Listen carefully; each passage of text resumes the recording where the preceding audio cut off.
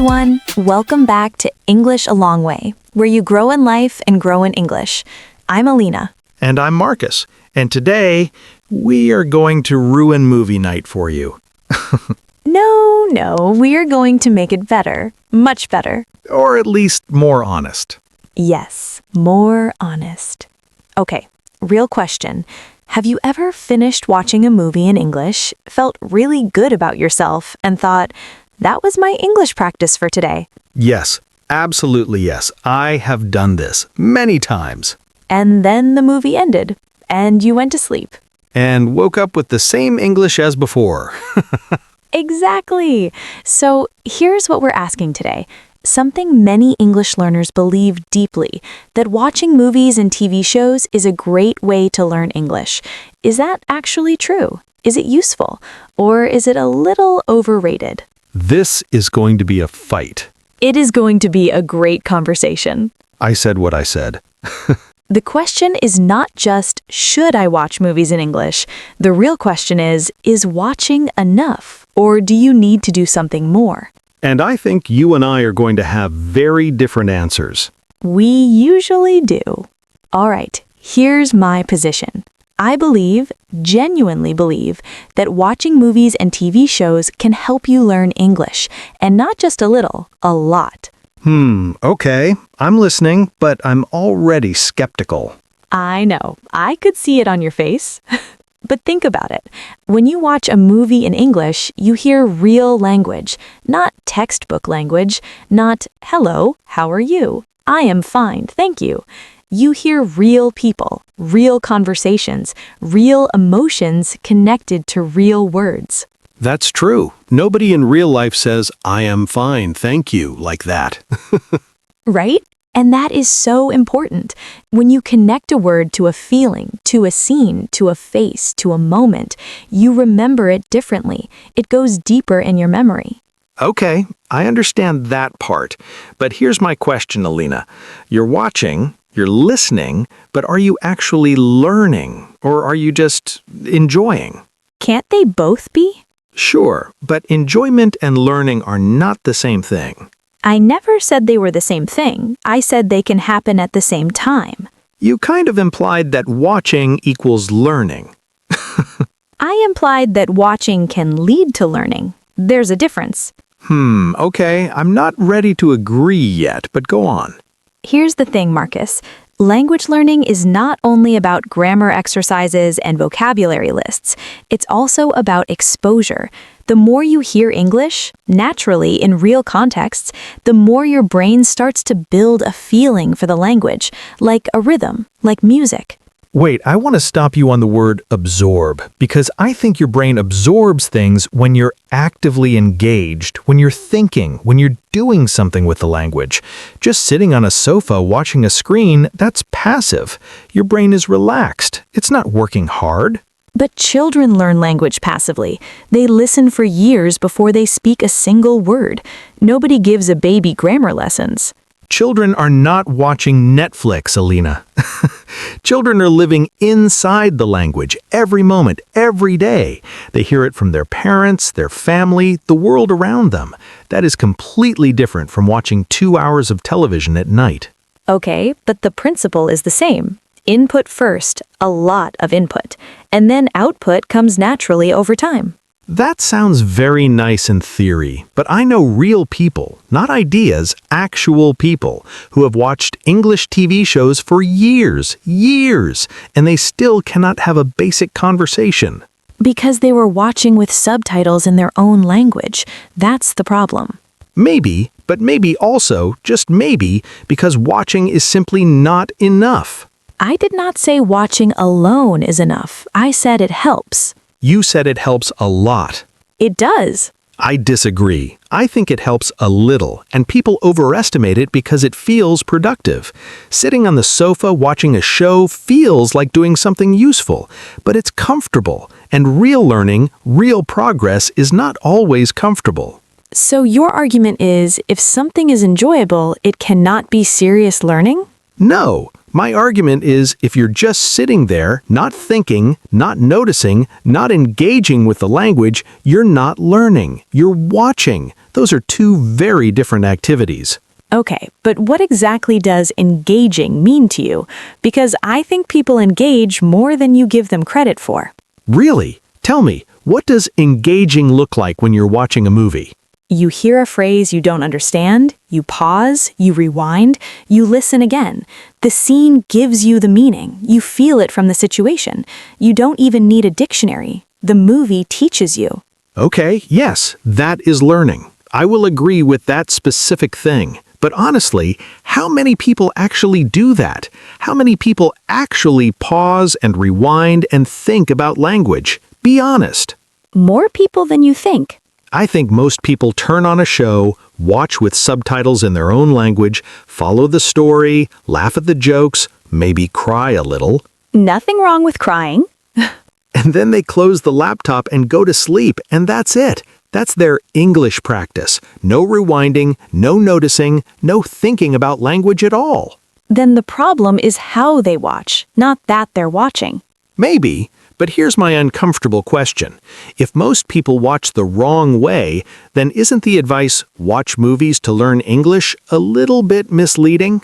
Misleading is a strong word. Is it? If a beginner hears, just watch movies and your English will improve, and then they watch for 6 months and nothing changes, they feel like a failure. But they're not a failure. They just received bad advice. I think the advice is incomplete, not bad. Okay, incomplete, but still, the result is the same. The person is disappointed. That part I won't argue with. If someone thinks watching alone is enough and they never speak or write or try, yes, they will be disappointed. I agree with that. Wait, did Alina just agree with me? I agreed with one specific part. Don't make it a big moment. I'm writing this down. Please don't. Okay, let me tell you something real. When I was learning English, I watched a lot of movies.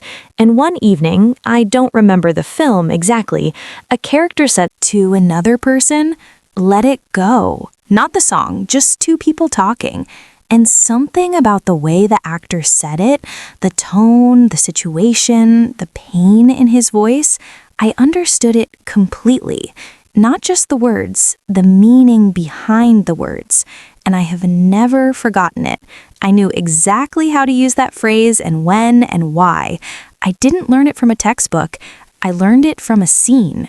Okay, that is a genuinely good example. I actually like that. But can I tell you my story? Please. I watched a very popular American TV show for about 3 months straight. Every night, I was so proud of myself. I thought, I am learning English every day. Look at me. And then one afternoon, someone asked me a question in English. A very simple question. And I froze completely. Nothing came out of my mouth.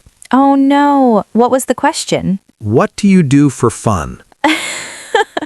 Marcus, no. I am serious. I knew the answer. In my head, in my language, I had a perfect answer. But in English, silence. Because for 3 months, I had only listened. I had never actually spoken. And listening and speaking, they're different muscles, completely different. That is such an honest example. I respect that. It was a very humbling afternoon. But, and I really want to say this, those 3 months were not wasted, right? You got something from them.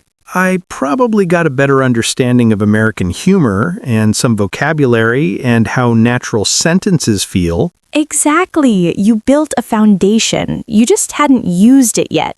Yet. That is the key word, I think. It always is. Okay, here is where I want to move the conversation a little, because I think we've both been right today, and we've both been a little incomplete. I'm listening carefully. Watching movies in English is not automatically useful. You're completely right about that. If you sit there passively, your own language subtitles on, not paying attention to the English, just following the story, then yes, the learning is very slow. It's almost nothing. Thank you. But if you watch with intention, if you decide to pay attention to the language and not just the story, then movies become something no textbook can replace because they give you something special. What is that? Feeling, real context, culture, and the music of the language, how people stress certain words, how a sentence rises and falls, how someone sounds when they're nervous versus when they're confident, how anger sounds different from sadness even when the words are similar. You cannot learn that from a grammar exercise. You can only feel it. The music of the language. Okay, I love that. I am definitely stealing that phrase. You're welcome to it. But here's what I want to add to that. Even if you watch with full intention, at some point you have to step away from the screen. You have to use the language. Watching gives you the material, but you have to build something with it. You have to speak, write, react, try. Yes, completely. Because here's the honest truth. A movie can show you a beautiful house, but you still have to open the door yourself and walk in. I really like that. So movies, useful? Yes, 100%. The main method? No. One excellent tool, not the only tool in the box. Exactly. We actually agree on something today. Don't sound so shocked. I'm always a little shocked when this happens. Before we close, we have 3 questions for you. Don't answer them right now. Just carry them with you today. First question. When you watch something in English, are you watching the story or are you watching the language? There's a real difference, and the answer changes everything. Second question. When did you last actually use, a word, a phrase, or an expression that you first heard in a movie or a show? Think about it.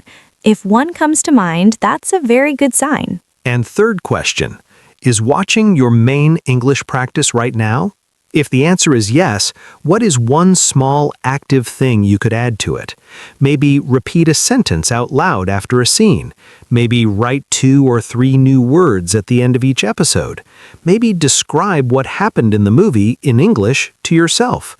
Something small, something real, something active. Because the goal is not to watch English. The goal is to speak it, think it, and feel it like it belongs to you. All right, let's be clear about what we found today. Watching movies in English, useful. Yes, 100%. Overrated? Also yes, a little bit. The truth, as usual, is somewhere in the middle. Movies can open a door for you. They show you English alive, breathing, feeling, moving. They can make you love the language, and that love matters. It keeps you going on the hard days. But love alone does not build fluency. You have to walk through the door. You have to try. You have to make mistakes and then try again. The movie can inspire you, but you are the one who has to do the work. And actually, I think that's kind of beautiful. You watch someone else's story, and then, slowly, you start to tell your own. In English. That was very poetic, Alina. I have my moments. You really do. If this conversation made you think a little differently about how you're learning English, keep listening, keep growing. And next time you press play on something in English, watch the language, not just the story. See you in the next episode. Bye, everyone.